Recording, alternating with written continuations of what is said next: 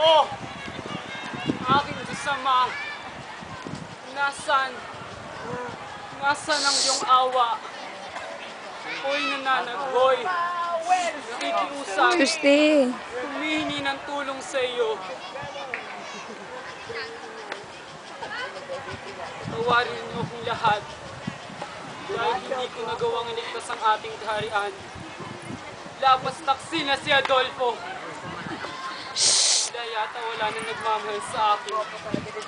Sadyang napakapait ng aking buhay. Nagaw niya ang koroan ni Haring Linceo upang magawa niya ang kanyang mga ninanais. Pati sa Duque Breseo na aking ama ay kanyang dinamay. Sandali na nahimik si Florante dahil sa sama ng loob.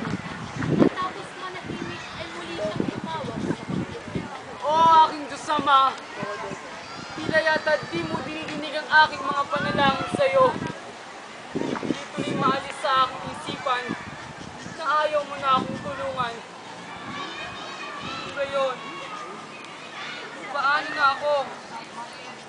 Sinong aking malalapitan mga kapitan? Kung Diyos mismo ay ayaw akong tulungan.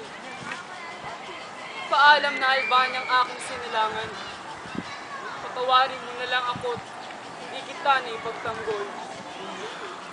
Paalam na bayan ko.